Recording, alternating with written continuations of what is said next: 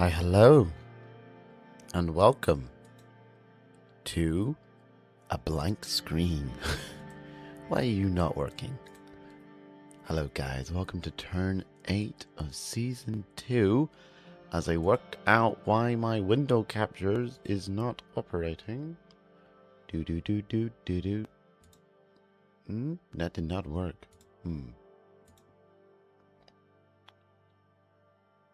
What's going on?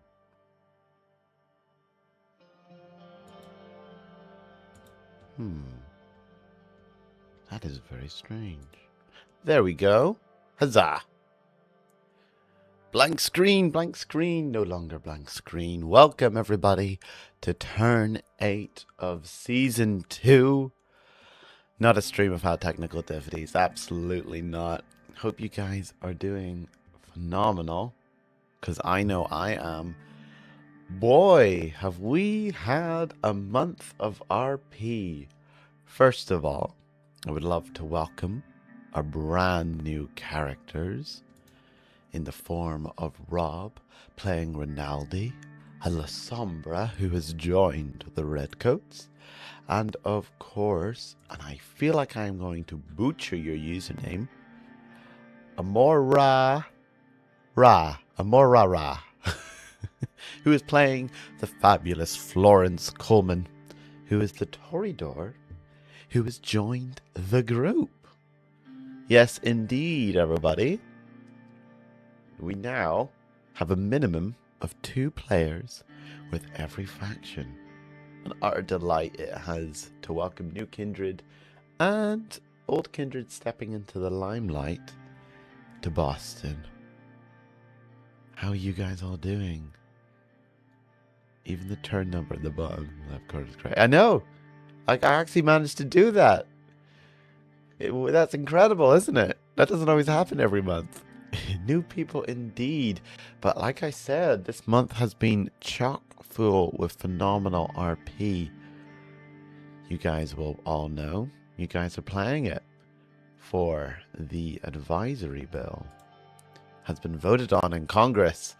And the Elysium for the Fallen has passed by a overwhelming amount of 8 votes to the, I want to say 3 votes to individual funerals and a single vote for reject this sham. Remains for study received 0 votes, and we had 1 abstention from the court. Indeed, we will have an Elysium that is set to occur at the end of April. We've had other scenes take place as well. Toreador Primogens being visited by the knights. We've had a La Sombra meet a Ventrue in Omni Parker House.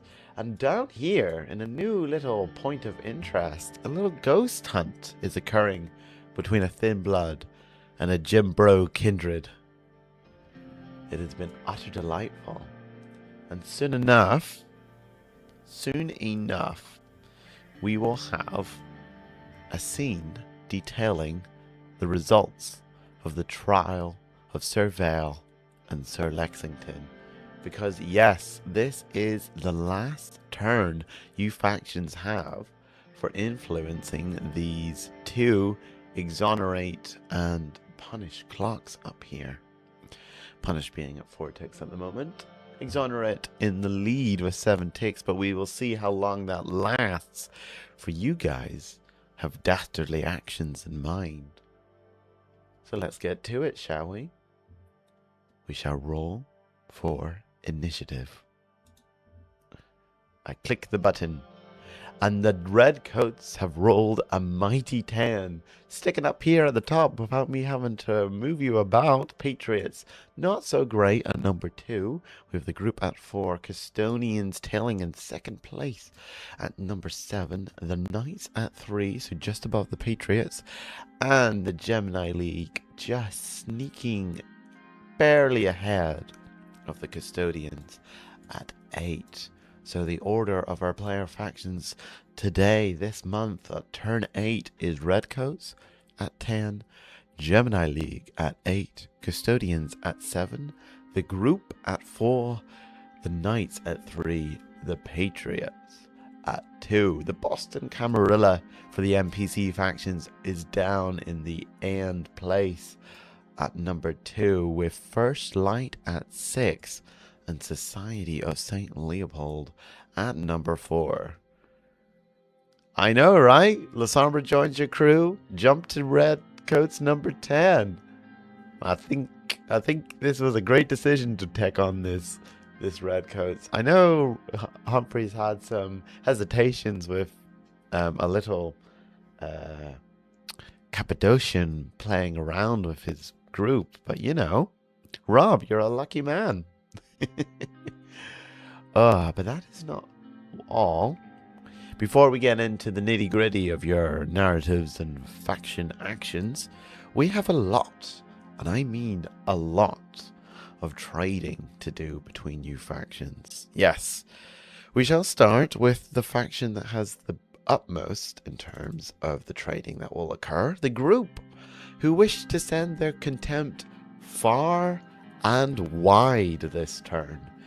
Their contempt currently sits at 7 out of 9, but they will be disposing of 3 of that contempt. Their allies, who they do indeed have many if we scroll over to the relationship map, have each decided to take on one of the contempt that they gained in the Elysium for the Fallen. If you look at the very bottom of the mechanical results for Elysium of the Fallen, the group gained 3 contempt, for they were the ones who began the conflict between them and the Society of St. Leopold, which resulted in the death of so many innocent kindred. So the Boston Camarilla, with their Elysium, is going to paint the bad name, but the Redcoats, the Gemini League, and the Knights have each agreed to take on a single contempt each. So 1 contempt goes to the Redcoats, 1 contempt goes to the Gemini League, and 1 contempt goes to the Knights. How gracious of everyone.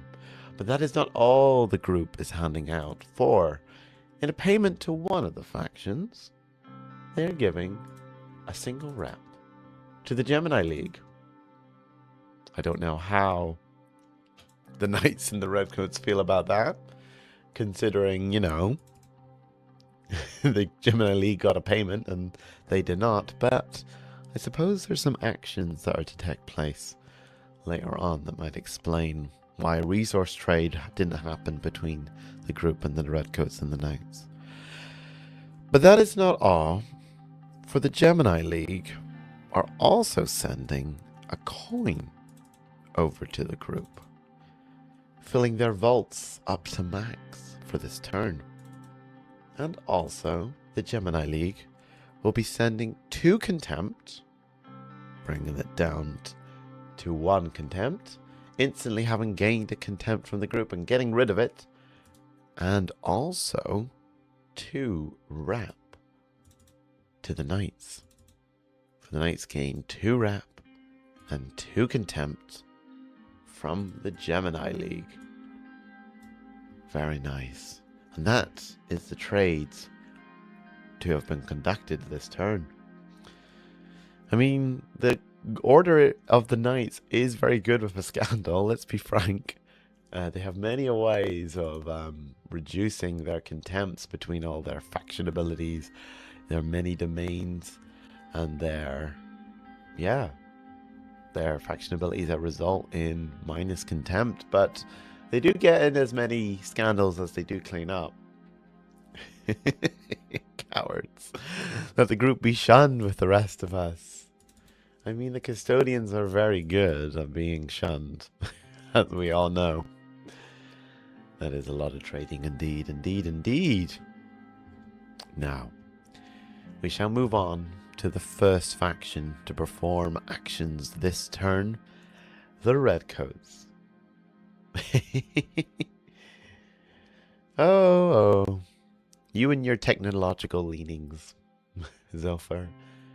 Now, the Redcoats have a bit of narrative for me to read out. But I'm going to begin by looking at their passives and adding the coin that they gain from their domain before I continue on to their narrative. I'm going to clear my throat a little bit, pardon me.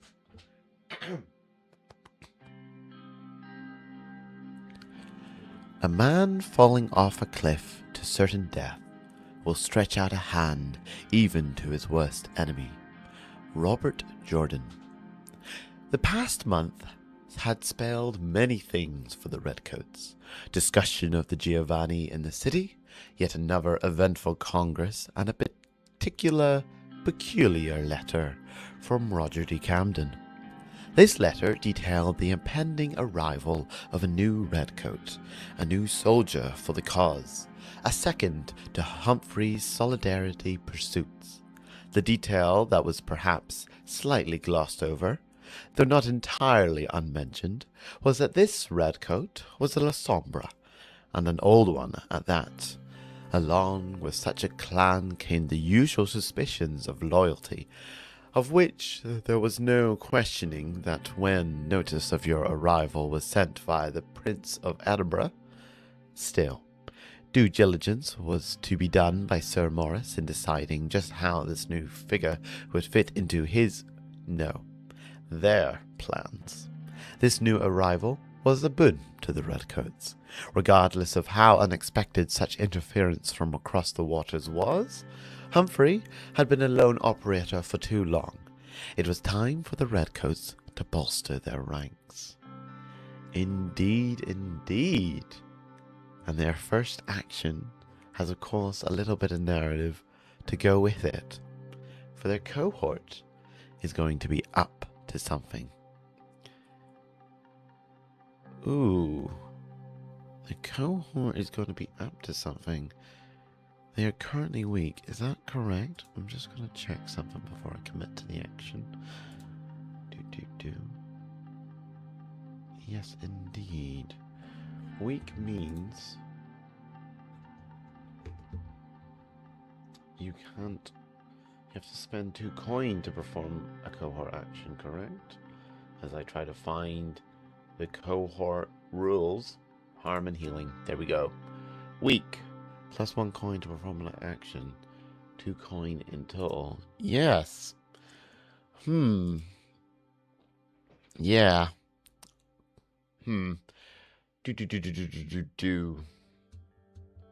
Unfortunately, I do not believe there is a means for the Redcoats to perform their cohort action unless there's anything you can spot to and only JJ of the Redcoats.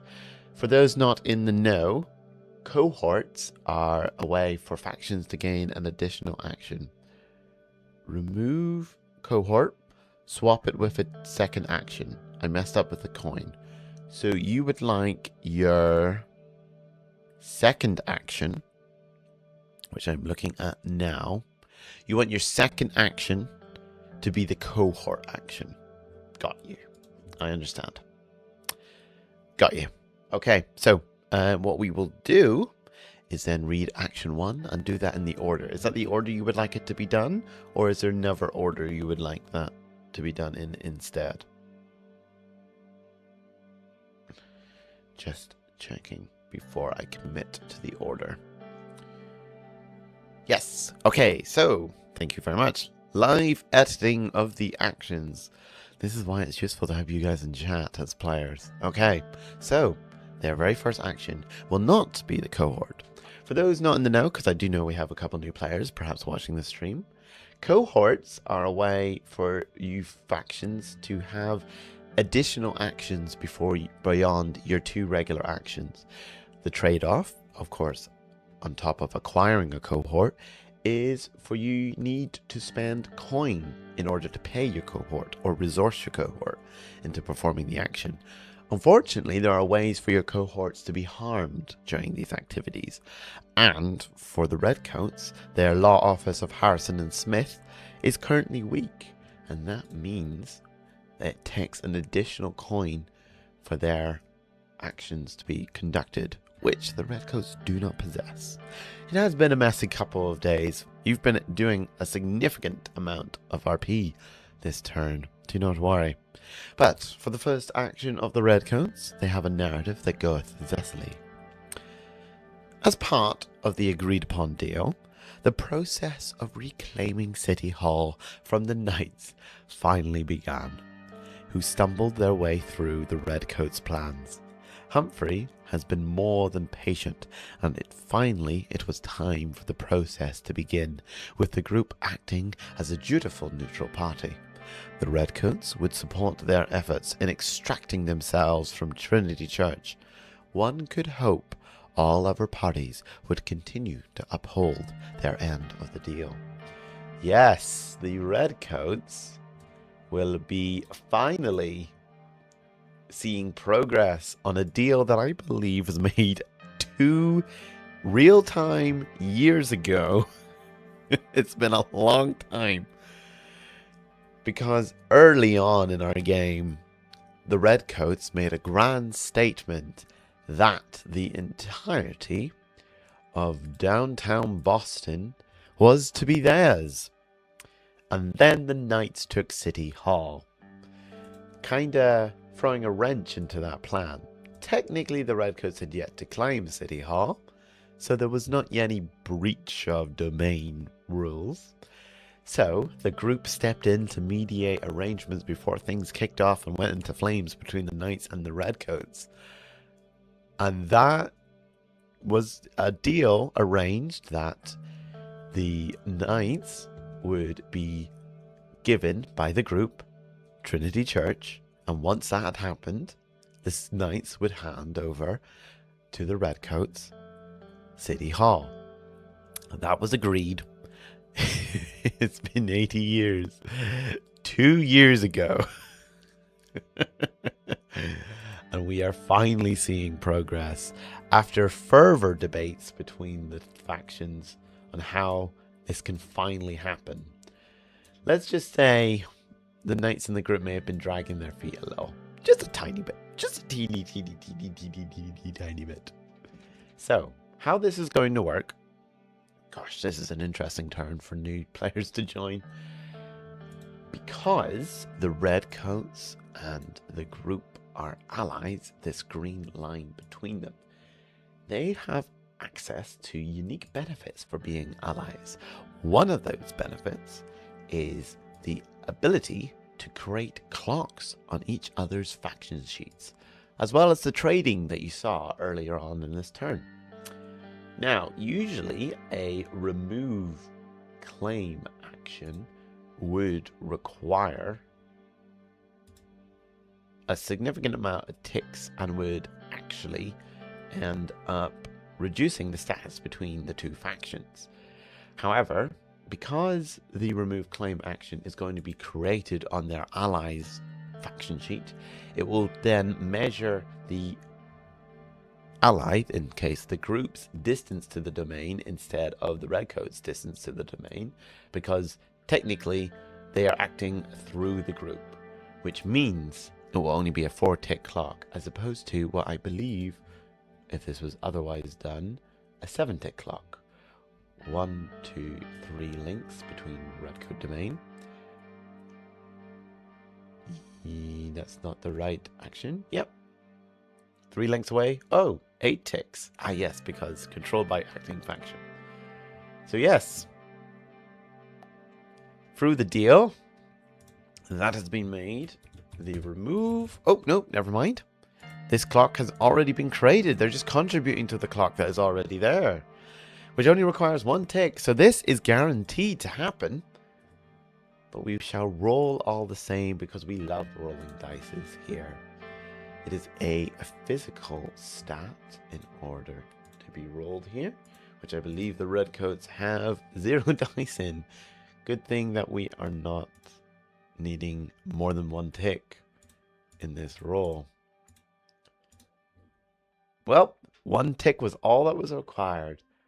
And at long last, Trinity Church transitions from the group control to unclaimed, and the group now no longer has access to Trinity Church, which we will remove from their little lair space. We would refer to this as domain, but the sheet won't let me change that word, which is very rude if you ask me. Yes, yes. Finally, the group's end of the arrangement between the knights, the group, and the redcoats has been upheld. The redcoats see progress. Let us see if they see any more progress to the end of this turn. Exists as is. Yeah, wild. Indeed, indeed. the only reason this is happening, dragging my feet, I'm doing charity. That is totally valid. Hug and kiss. Member of the group. Totally valid. You are mediating between two factions that otherwise would have had violent altercations. You have kept the peace. Okay, as the music gets a little bit more serious, we move on to the second action of the redcoats this turn. Following the arrival of Rinaldi, one adept with Oblivion, even if he was forbidden from using it, the opportunity of pursuing this harrowing gestalt presented itself once more. Humphrey was still skeptical at best. After all, he had gone to investigate these claims before and found nothing of the sort. Yet, it was not like the kindred to be so adamant in their rumours. Usually, something like this would have died down if it were not real. So, one last time, the redcoats would try to see this harrowing gestalt for themselves, to see if there was any validity to all the madness that seemed so insistent and prevailing in the city on a hill. A gestalt tag? Indeed, indeed. This event, this haunting event that has been so pervasive in Boston, and only 3 factions thus far has managed to secure the juicy prize, which is the harrowing gestalt resolving rewards. Yes, indeed, the redcoats have finally managed to secure it first. For many factions go after it.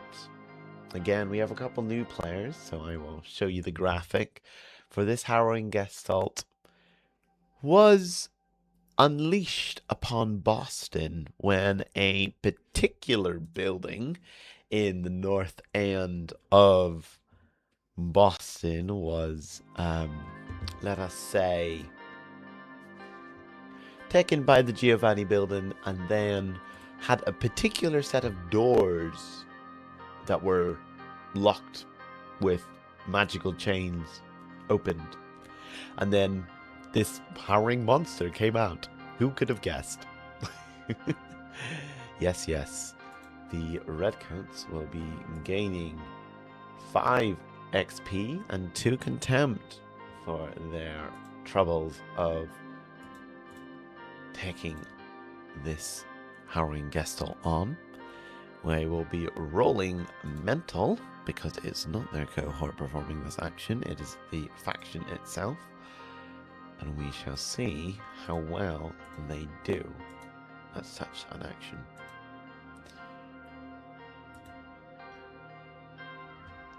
That is a 6. A 6 means no additional contempt gained, just the reward, so only 2 contempt.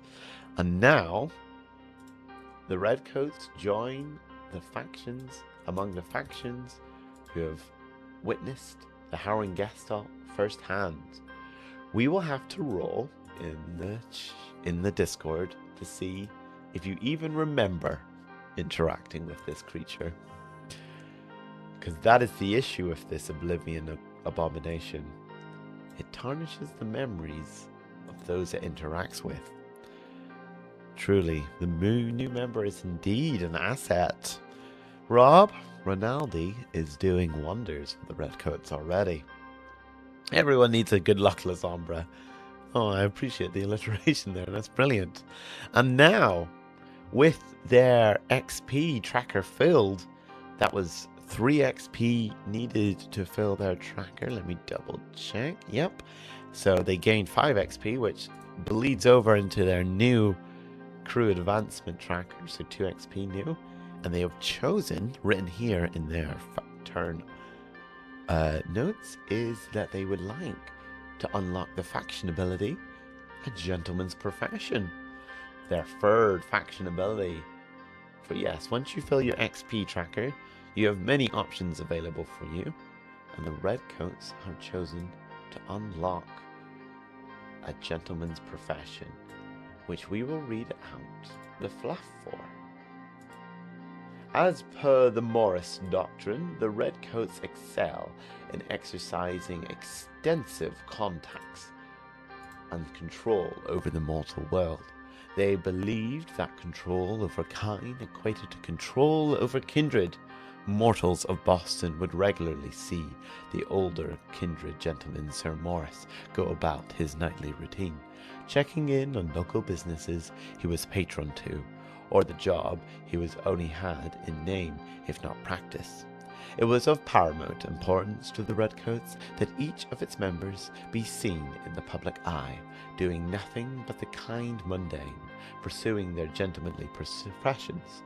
It made it so when their trap sprung, they flocked right into their hands, like herded cattle they were. Yes, indeed.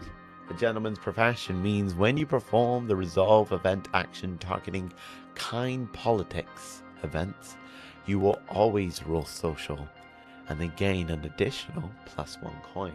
That is particular of benefit to the Redcoats, for the highest stat of the Redcoats is social. So it benefits when events have different stats associated with them to resolve when it is a kind politics event, which this one's an occult curiosity, but when it's a kind politics event, the Redcoats now gain a little bonus. Indeed. Everyone needs a tally. Indeed, indeed, indeed. And that brings us to the end of the Redcoats, who now sit on 5 contempt out of 9. So we shall see what their entanglements are for the end of this turn. 2 scrutiny to a domain. Okay then, let us then count out the domain. We will go left to top to bottom, left to right. 1 for TD Garden, 2 for Long Wharf, 3 for Omni Parker House, 4 for Consulate General, 5 for Boston University, and 6 for South Station. I do not believe there are any other Redcoats domains at the moment. 1, 2, 3, 4, 5, 6. Let us see which of those domains gain the 2 scrutiny. For the Consulate General. I wonder what Humphrey has done in the Federal Reserves building that has attracted attention. I wonder. Oh, it's not here needed. It is down here. That needs to be edited. For 0 becomes 2. The Howling Gestalt is indeed always a mental roll, because it takes a lot of willpower to confront a oblivion creature. As far as, does it mention here? It does not. But yes, the Howling Gestalt is indeed always a mental roll. It is also always an occult curiosity. It will always provide 5 XP, and it will always provide 2 contempt. And if not resolved, it will leave a negative effect. That kind of ties in to the fact that the Giovanni building, the very building that this monstrosity was released from, has an effect which is +1 dice to resolving the events of the occult curiosity type, which the Gemini League, being the occult reconnaissance renaisseurs aficionados they are, make great use of. So, the end of the Redcoats' turn has occurred. And we're only 40 minutes into the turn. Might be a longer one today. For we move on to speaking of the Gemini League. The Gemini League. We are talking about an XP as their passive gain and a coin as their passive gain from their domain. Yeah, the Patriots would struggle to deal with the Haringestalt. Their mental is not the greatest. They're not the smartest bunch, let's just say. And yes, for their very first action, the Gemini League are going to resolve an occult curiosity. Speaking of occult curiosities, at the Dean Winthrop house, which is usually requiring a social role, but similar to the ability that the Redcoats have just unlocked, thanks to Cthulhu Calling, when you perform a resolve event action targeting an occult curiosity event, always roll mental and you gain an additional +1 XP. The Society St. Leopold is present at the Dean Winthrop house, and it will yield 1 coin and 1 XP. And plus, and I will remember this time, I have not forgotten, the Giovanni building, they gain an additional die to resolving this type of event. Very handy for the Gemini League, for they have an objective called Occult Reconnaissance, which is where they have to resolve a grand total of 10 occult curiosity events.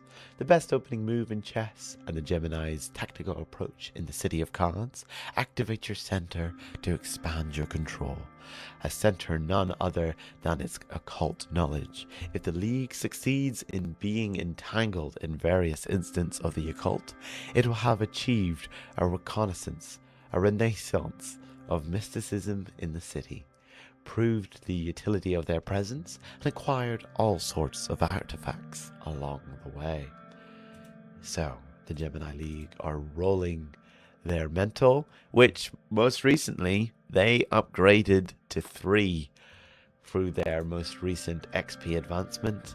They had done the Mastery Level 1, I think, in their advance before, and now they are the first faction, including NPC factions, in the game to have a stat 3 among the factions. So 3 dice becomes 4 dice thanks to the Giovanni building. So let us see how well they do. That's a 6. That extra dice from the Giovanni building, all the assets in there, coming in handy. An additional tick in their faction objective clock, an additional XP thanks to their Cthulhu Calling, no additional contempt for they rolled a 6, and a 1 coin and 1 XP gained for their troubles. And the Dean Winthrop house has the occult curiosity resolved. I wonder if it's the haunting that is occurring in Dr. Isabel's home domain. Isabella, my apologies. Not quite your name, Ven's character of the Giovanni. But that is not all the Gemini League is doing, for they have a second action. And yes, as they have frequently done when the Haringestalt has been out and about, they may have been, which is not publicly known to the Kindred of Boston, the one who released the Haringestalt, and they certainly are the ones who chase it around the city. But because the Redcoats have beat them to the punch, they are then going to choose to pursue other occult curiosities this turn. The occult curiosity they will pursue is the one at the RM Rubbish and Junk Removal, which, requiring a mental roll, Cthulhu Calling would have already done that for them. First Light is present, and they will yield 3 coin, which is why I believe... Oh, hold on, let me double check. I think I have mistyped that one. I just want to make sure that this is the correct. I will check the events board in the Discord server. RM, rubbish removal. Yep, indeed, 3 coin. So, that is why you're spending 2 coin as a bonus die, right? Because you are currently filled out your vaults and you want to make sure you make the most of it, right? Do. I believe so. I believe so. I think so. Do. Okay.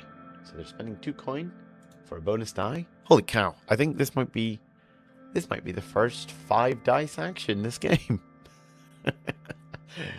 So, pardon me, mental roll is what they are rolling. They gain an additional die for the Giovanni building, an additional die for spending 2 coin on the bonus.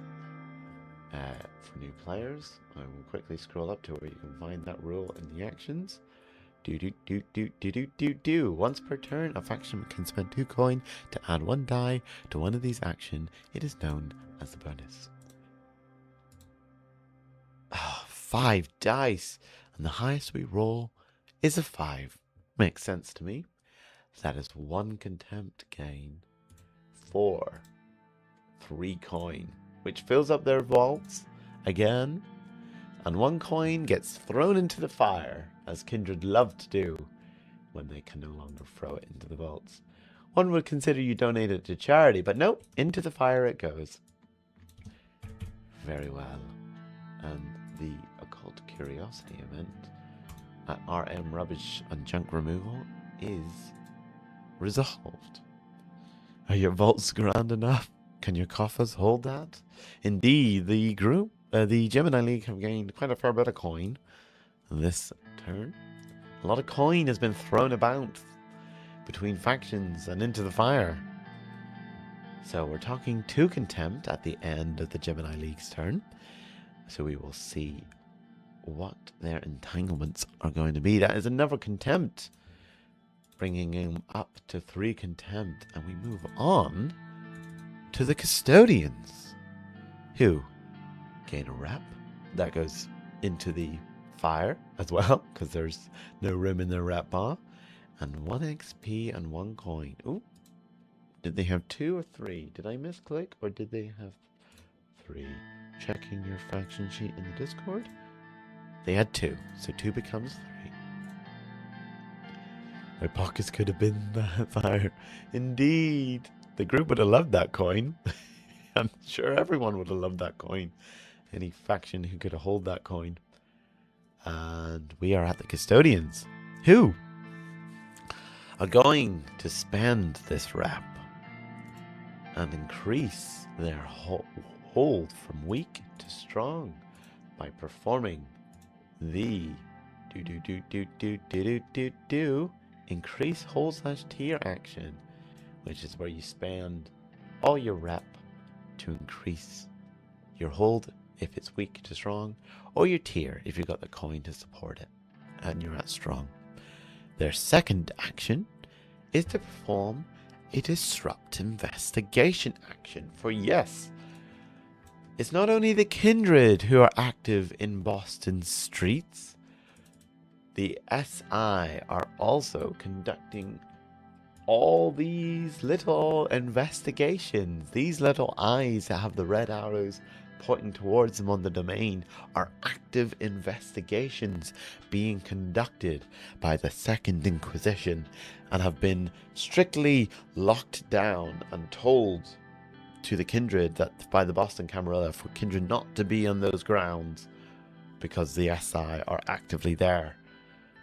In order to prevent SI factions from completing their clocks and securing those domains for themselves, Kindred factions can perform disrupt investigation actions. Now, it's been a month. Let me double check how this is conducted. You roll tier, yes indeed, and you basically are running interference on those investigations. The Custodians have chosen to target the First Light, and they are targeting the Brick Bottom Loft and Studios investigations here. Makes sense. It is the one that is on the Custodians' border. they will roll tier, and they are risking Cambridge Recycling Centre. For when you interfere with Second Inquisition actions, yep, that is a 2. You run the risk of gaining scrutiny. So, between 1 and 3, that means only 1 tick is removed from their clock, and they gain 2 scrutiny on the domain that they have risked. So, Investigations Bottom Loft Studios goes from 4 ticks out of 6 to 2 ticks out of 6. And the Cambridge Recycling Centre gains 2 scrutiny as the SI gains a little bit of inspection towards the custodians and their domain. Yes, so for the new players, when scrutiny reaches 8, the investigation happens. That is how investigations occur. And for a little bit of narrative context, all these investigations started in the aftermath of the conflict from 4 to 2? Not 4 to 3? Oh, you are correct. Thank you. Thank you. I would have given that away to you guys. It's only 1 tick as opposed to 2 ticks. I nearly gave you a freebie. How dare I? Thank you for keeping me right, you guys. Indeed. You nearly got away with that. How candor of you. This is why you're my favorite players. No, you're all my favorite players. I love you equally. Do not worry. We are talking about the custodians having completed their second action.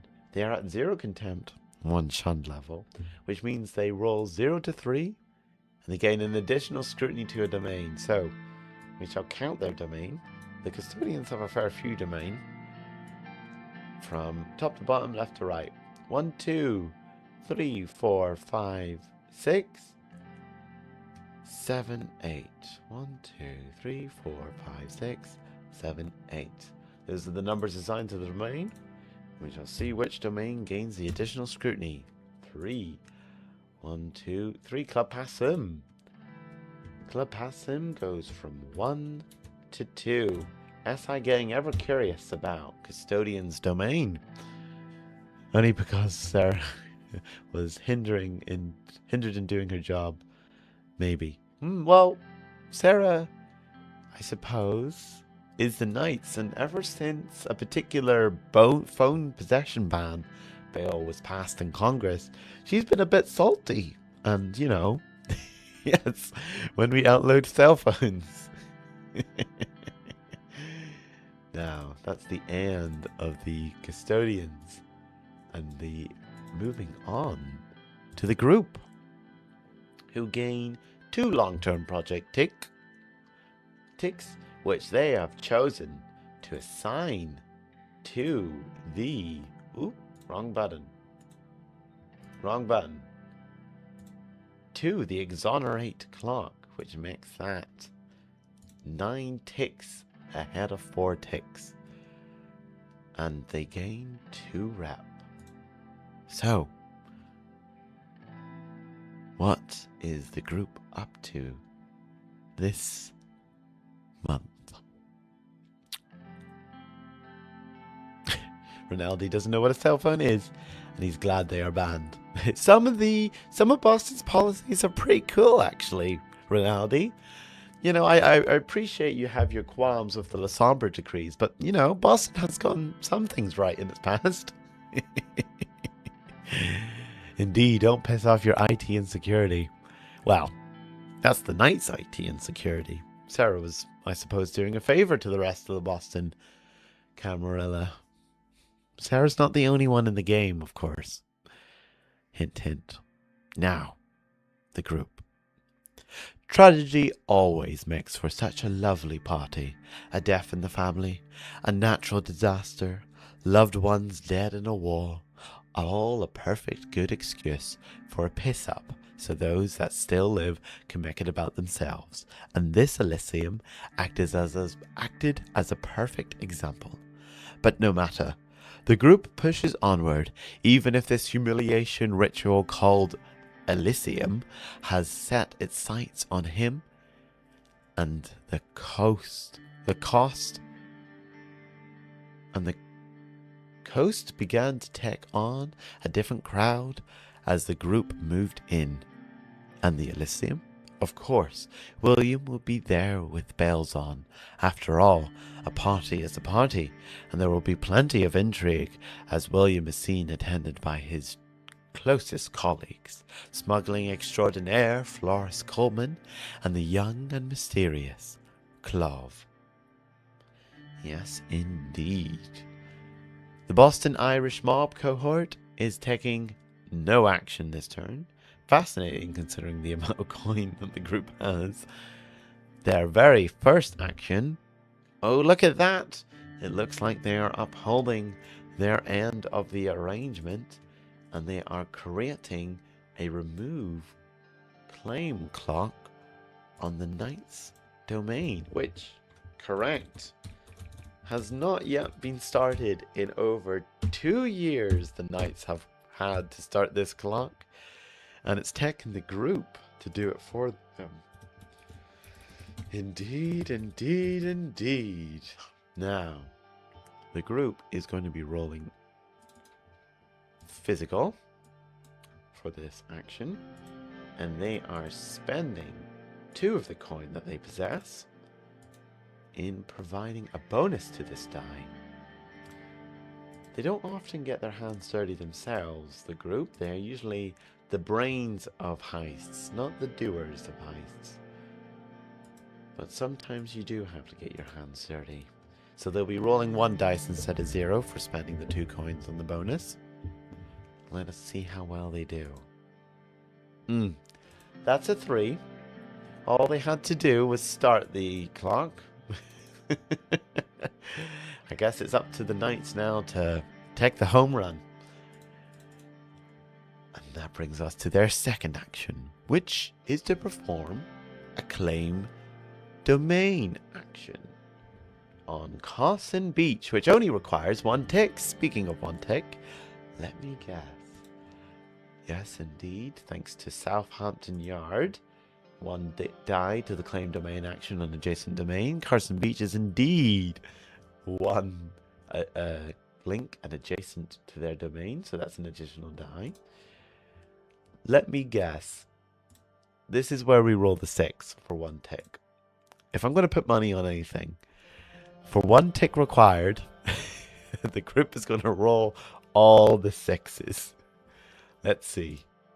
Oh, well, a 4. Still 2 ticks. Only 1 tick needed, but still 2 ticks. Indeed, indeed, indeed. Now, Carson Beach turns hands from unclaimed to the group, and the group expands their domain. Yes, indeed. And recently, the group... Oh, that's the Gemini League. The group have got a new objective. We've worked out the mechanics of their new objective ever since they completed a Cancer in the Camarilla faction objective. We've yet to give this a faction objective a name. We've yet to give this any flavor. We will read that when the time comes. But basically, it's a desire to expand their domains into undeveloped property, for they are to claim and hold 4 additional no-effect domain without the little red flag, with at least 3 being in 3 separate neighborhoods from one another. So, I will clear this up, start this as... We are looking for 4. It's a 4-tick clock, so 4. They've just claimed Carson Beach, so that is 1 tick. And we are going to do TB named. TB named. TBN for now. So the first is indeed done. And that brings us to the end to their faction actions. They are at 4 out of 9 contempt. 4/5 contempt bracket. They gain 2 scrutiny to a domain. Indeed, the group has a fair few domain. Let us see all their domain and count it out. Gosh, that's a lot of domain. Left to right, top to down. 1, 2, 3, 4, 5, 6, 7, 8. 1, 2, 3, 4, 5, 6, 7, 8. We shall see which of these domains gain the 2 scrutiny. Number 6. I believe that was Pine Street Inn. Intriguing, intriguing. So, Pine Street Inn transitions from 0 scrutiny to 2 scrutiny. Awesome possum. And that brings us to the end of the group's actions and on to the knights, who this trial, currently being trying to won in the court of the public opinion, are the very ones who are on trial. It's what it's all about between Sir Vale and Sir Lexington.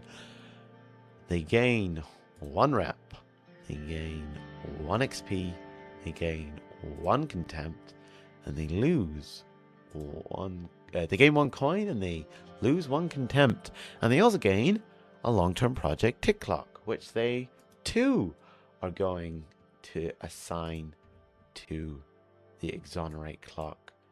We are at 10. Currently, the knights and the group are doing the fair share of the arguments of this trial. Indeed, indeed. And their actions very much are going to be all about it. For their very first action will be...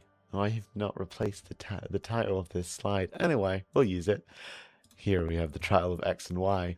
A present argument action, where they are going to target the exonerate clock.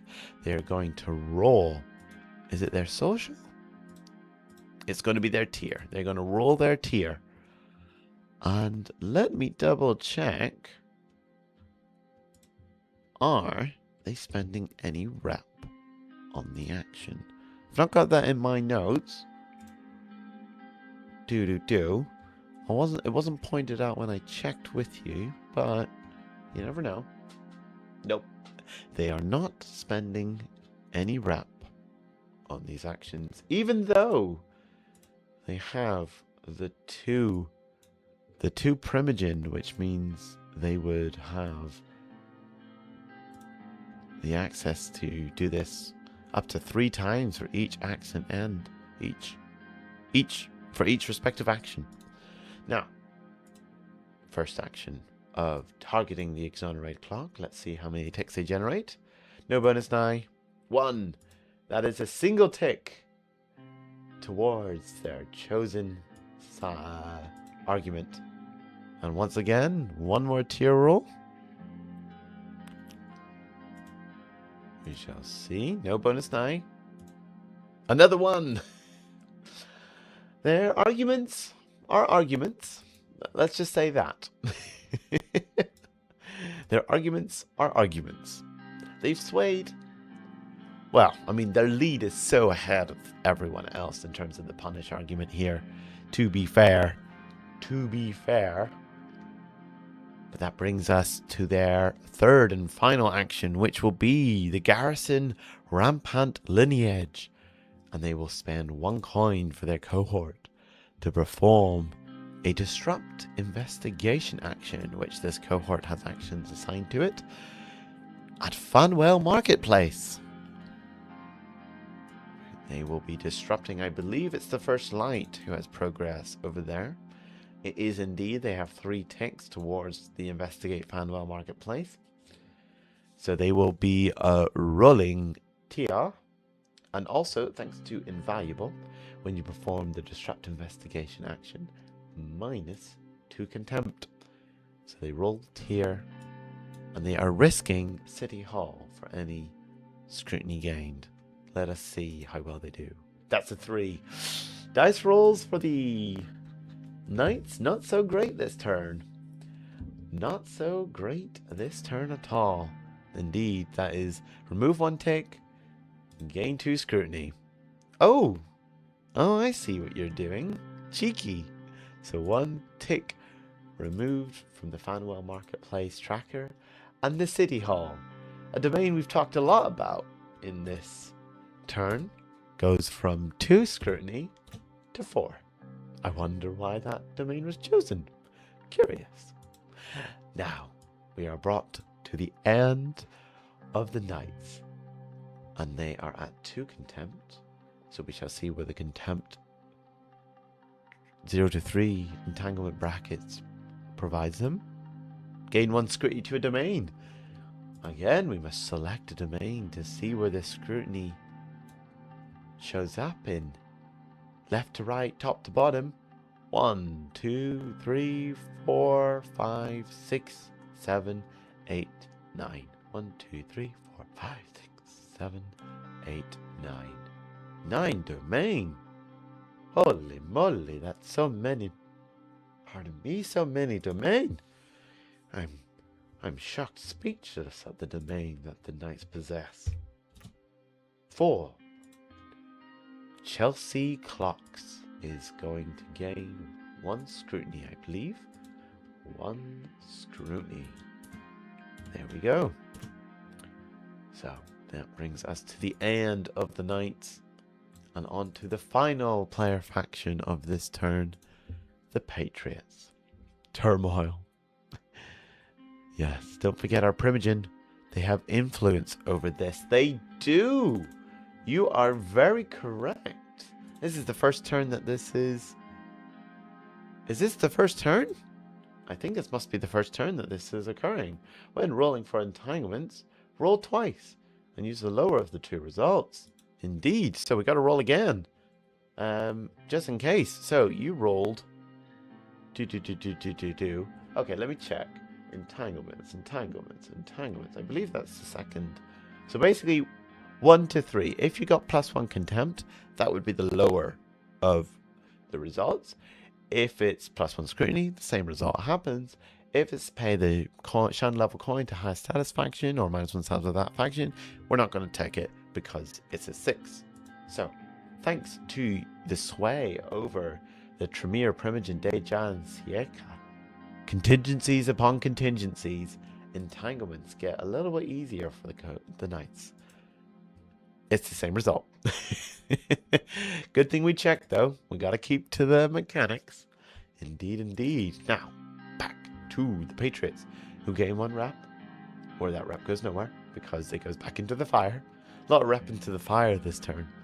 An XP on their XP tracker. And we have a juicy little bit of narrative to read out. The last Congress meeting has been an intense display of boundary testing by several factions.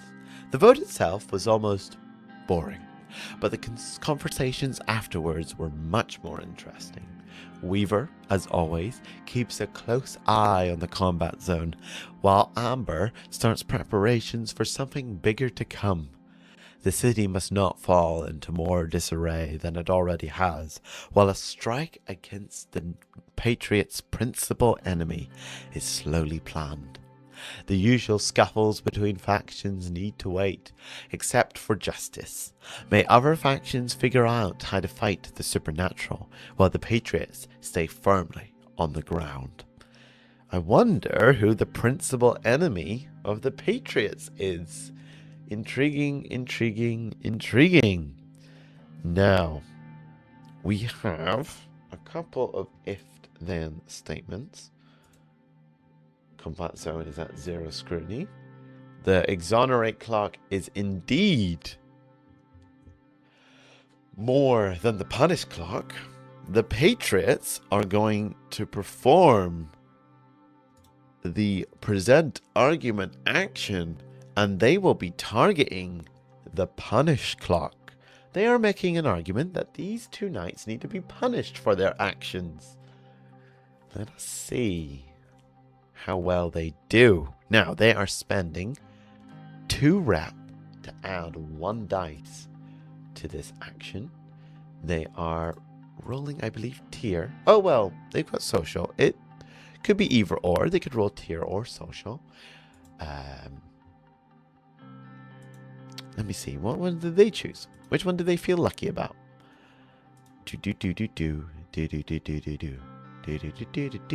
Scrolling in Discord. They're choosing social. Social it is.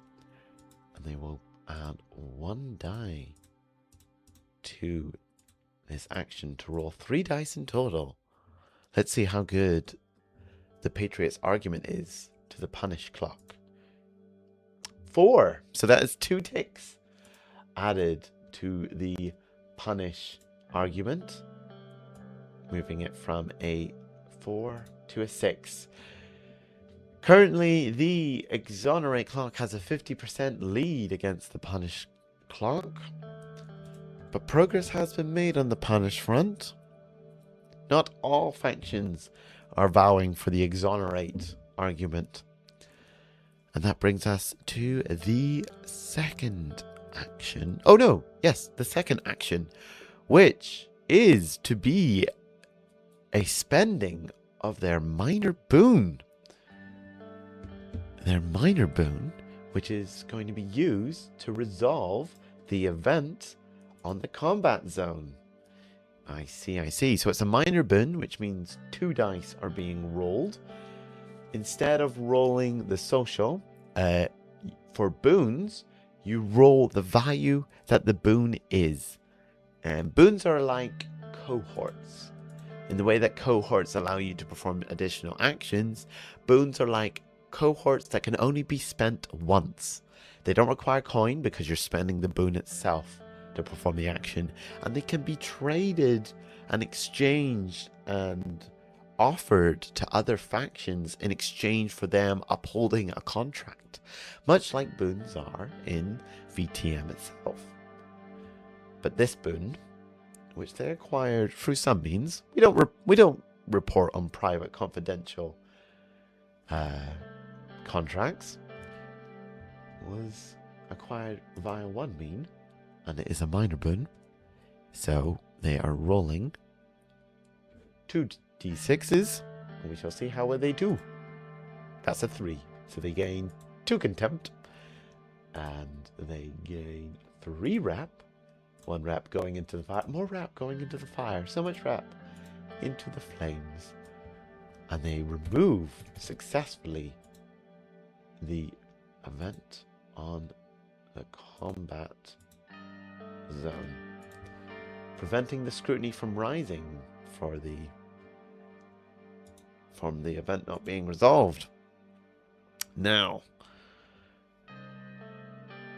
that was only 1 die. Oh, it was only 1 die. You're correct. Did I hit that instead of that? My bad. Oh, it was a 2 anyway. I appreciate though. We gotta uphold the mechanics here, even though the mechanics are like insisting that it wanted the result to be it is. But yes, we do need another die. Another die indeed. So we are moving on to the second regular action, the third action in total for the Patriots, which will be to reduce contempt. And they are rolling social here, which they recently upgraded with their advancement to 3. So the reduce contempt action is being rolled. No bonus here being acquired, so just the 2 dice will be rolled. That is a 6. So they are, in all their dialogues about the punish argument for the trial, they are also reducing the contempt among the kindred population. So 6 becomes 3 contempt, as a 6 in that action results in a juicy 3 contempt removed. Now we are at 3 contempt. We shall see what the entanglements are for the Patriots. Gain 1 scrutiny to a domain. Now, there's a very particular domain the Patriots do not want to have this, because they are ever so close to Spider Vale being complete. Spider Vale, of course, being the result of, after having acquired the combat zone in a bombastic fashion, thanks to the few successes, we have undergone movement during the Six-State War, the position of Sheriff remains unoccupied. Oh, my apologies, wrong one. Spider's Nest. The combat zone is secured, but not without cost, as the Patriots maintain draconian policies to bolster the masquerade on their turf. The former benefactors of the combat zone's age of bestiality delights remain bitter. None the less Beryl Underwood himself. Eyes are on the Patriots to keep the combat zones in pristine condition, lest they see their reputation degraded further. Yet, for every pair of eyes on the Patriots, 4 more are leering from every crack and shadow and cobweb in the neighborhood, ever vigilant. Yes, they want to maintain zero scrutiny on the combat zone for a total of 6 turns. And they have 1 more turn left. Which you are correct, Kazima. Tick gained after faction actions before entanglements are rolled. That was part of the balance of the faction objective. I am glad I went over to read the fluff, and because we had it right in front of us then. Congratulations to the Patriots. I believe that is your 2nd faction objective completed. You have indeed maintained the Spider's Nest in the combat zone, and your reputation is upheld. But out of curiosity, let us see where this scrutiny from your entanglements ends up. I'm going to go left to right, top down. 1, 2, 3, 4, 5, 6, 7, 8. We are rolling 8. Domain selector. 8. 4. 1, 2, 3. Quinn House. So Quinn House becomes 0, 2, 1. Congratulations indeed. I mean, one way to follow up all the arguments happening in Congress. I mean, actions speak louder than words, after all. I know there was a lot of debate over whether the Patriots have been worthy in their maintaining of the combat zone. And I think 6 consecutive turns of 0 scrutiny on the combat zone is rather loud of an action. Speaks for itself, I would say. And that brings us to the end of the player faction actions, and on to our favorite factions of the game. We all love them. I know you guys are part of the player kindred factions, but let's be real, it's the SI and the Boston Camarilla government we love the most. Isn't that right, guys? You can just all say yes and thumbs up there in the chat to confirm my suspicions. Right, First Light, who have their investigation timers go up by 1 tick. Yes, for those new players, SI factions have a total of 4 turns before their time runs out. And unfortunately for the First Light, they are not going to pursue the Fanwell Marketplace. And I'm particularly sure that the Redcoats will be glad to hear that if the Society of St. Leopold don't perform a miracle, Fanwell Marketplace is likely to just return to unclaimed status. For the First Light is performing a conduct investigation action on Brick Bottom Lofton Studios, which is 3 out of 6 ticks. That requires a mental action from the First Light, which is 2 dice there.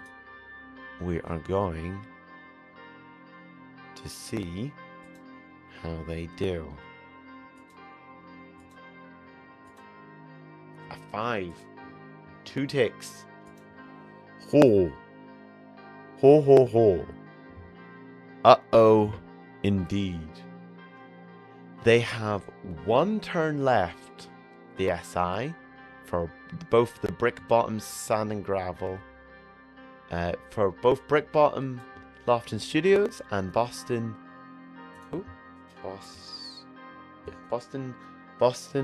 Sand and Gravel. These 2 investigations, which occurred on the same turn.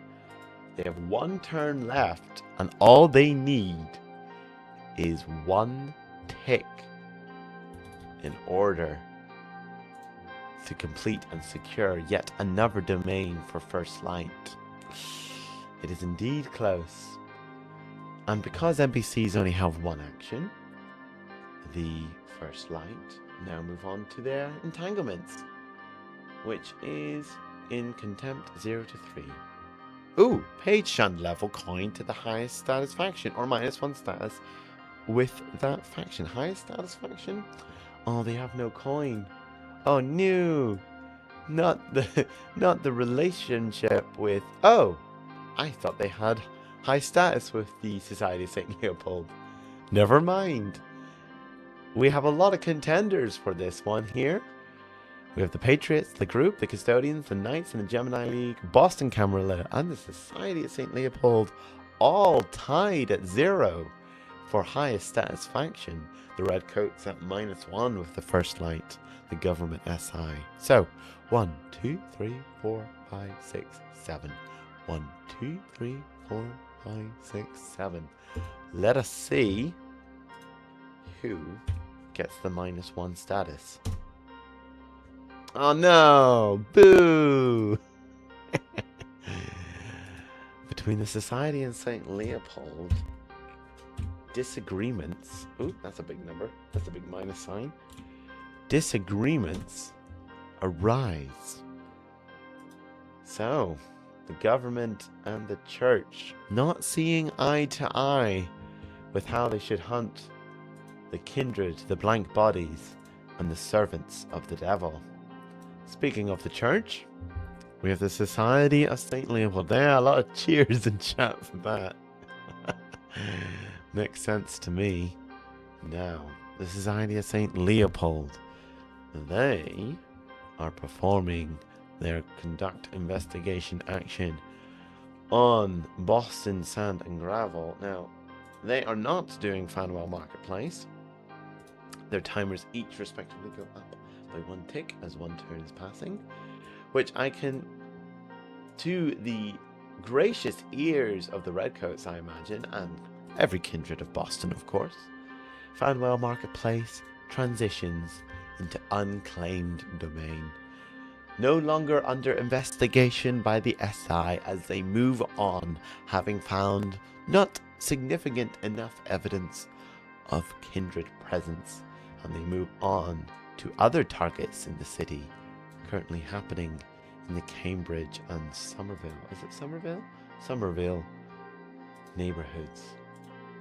Speaking of which, let us see how the Society of St. Leopold do in their pursuit of Boston Sand and Gravel. They are spending their 2 coin on a bonus die, which brings their 0 dice to 1 dice. They did have 1 mental at one stage, but as a result of the conflict between the Society of St. Leopold and the group, a conflict in which the group won, they managed to bring the stat of mental down from 1 dice to 0 dice as their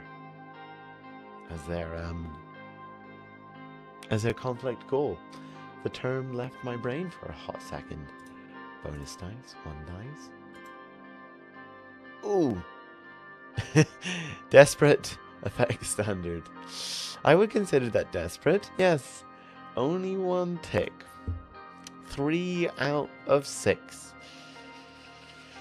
Not looking great for the Society of St. Leopold, I will say. Not looking great at all. Unfortunate for them. Now, we are at Contempt 6, which means we are at the 6+ Contempt bracket for the Society of St. Leopold. Gain 2 Contempt, +1 harm to a cohort.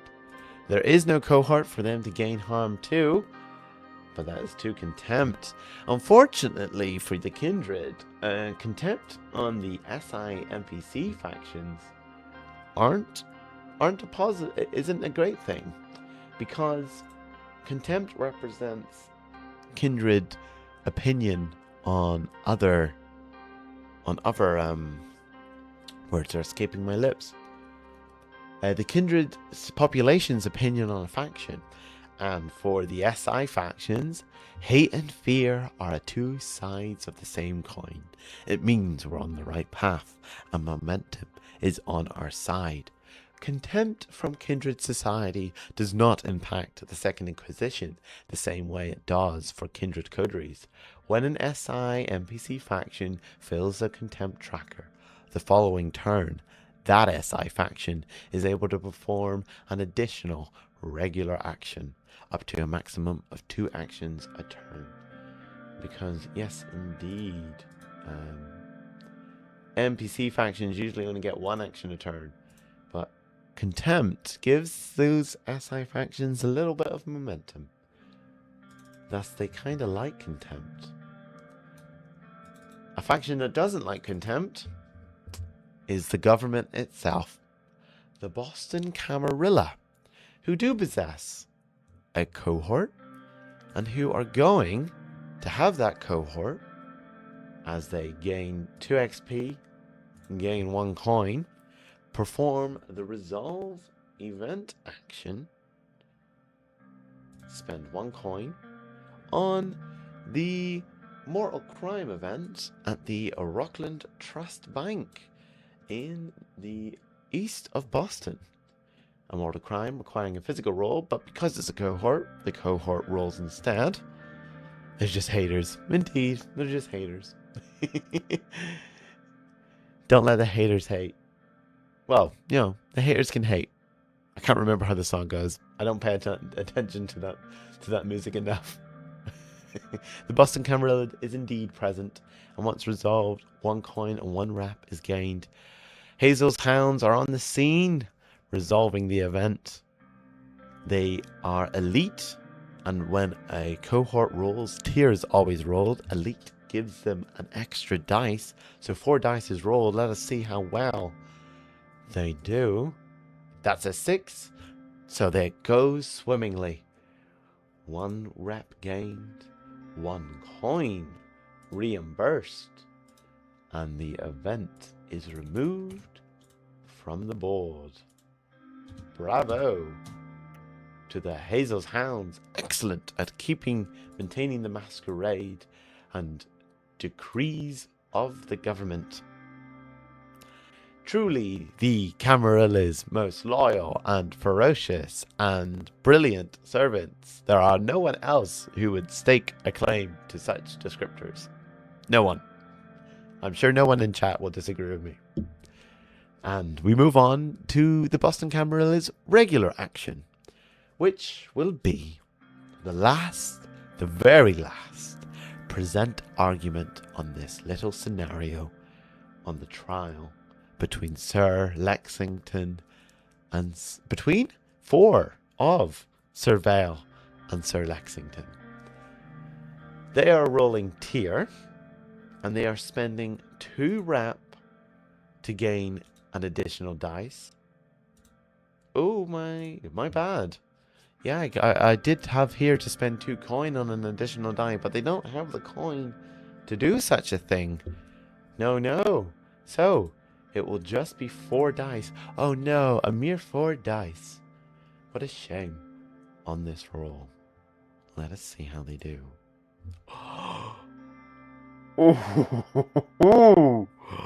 At the last minute, the Boston Camarilla, presenting an argument for the punish clock, managed to squeeze a crit.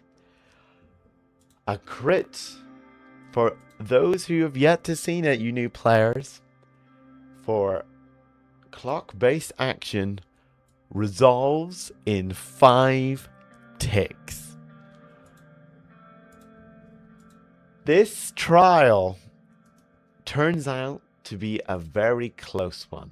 Although the result was all but guaranteed, public opinion has squeaked. It was the fucking gangrel, I know it. I think someone is pointing fingers at a particular primogen over in Fenway Park. Maybe he did, maybe he did not. Shrug of shoulders, indeed. Exactly why I said we couldn't do anything else. Someone's a good defense lawyer. Indeed, someone is a great defense lawyer, but not good enough. The trial was all but guaranteed to be found guilty for Sir Lexington and for Sir Vale. But the public opinion is what it is, and Prince Hazel recognizes that, although barely, Kindred of Boston is a little bit lenient toward the actions of Sir Vale and Sir Lexington, and thus their punishment will be merely ceremonial. Sentimental. I combine two words. Sentimental, if anything else. A slap on the wrist merely for show. Nothing of substance. Before we look at what the results say, and for that scenario, we will resolve the entanglements for the Boston Camarilla. 3 contempt means that we are in the 0 to 3 contempt bracket, which is an additional contempt gained by the Boston Camarilla. And as we reference the trial of Sir Vale and Sir Lexington, we see, because the margin between the exonerate clock and the punish clock is 1 tick, that means the knights gain a single rep. 1 rep is what all these dices have resulted to, which is all they frickin' need, because if we return to the special rules of the trial of Sir Vale and Sir Lexington, we go to the 3rd paragraph. If the exonerate clock is greater, the knights will gain rep to the margin, equal to the margin up to a maximum of 12. It was 1 in this instant, increasing their hold if this exceeds the rep tracker, with the remaining rep rolling over. So, without having to spend an action, the reputation of the knights have increased from weak to strong as a result of this slap in the wrist. I say that's a positive outcome for the knights, wouldn't you?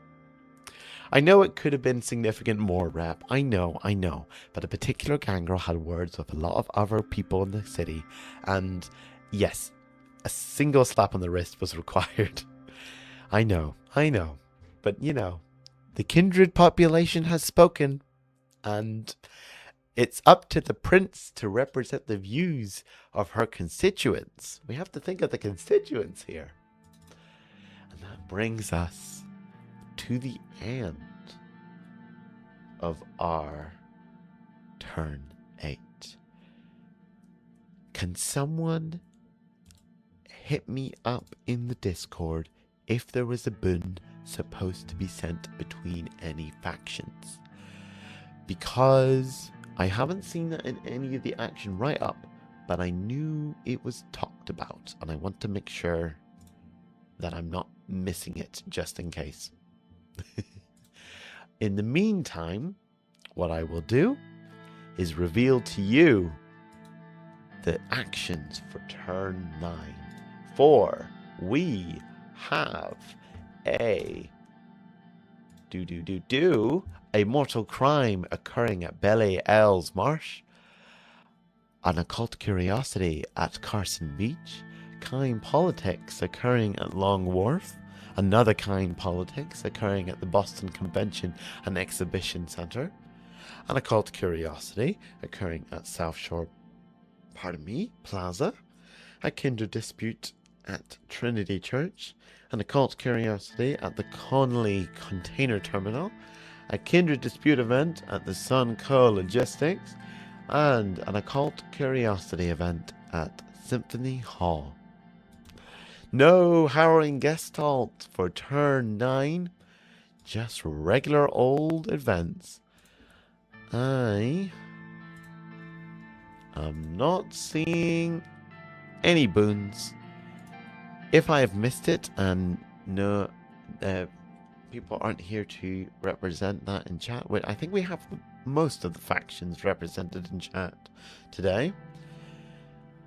Anyway, now, that has been a terribly exciting turn, you guys. It has been an utter privilege this turn to welcome new players in, to mediate your RP as storyteller, and to conduct your actions this turn. You guys, I will see you both in Elysium on the Discord and in court in the RP, as the trial in effect will be RP'd out. For the court of opinion has been won over by the two sides. And now the court must be officialized. A show trial, if you will. Some people are calling it that. Anywho, you guys have a fabulous April and a fabulous turn 9. And I will see you all in Elysium. Farewell.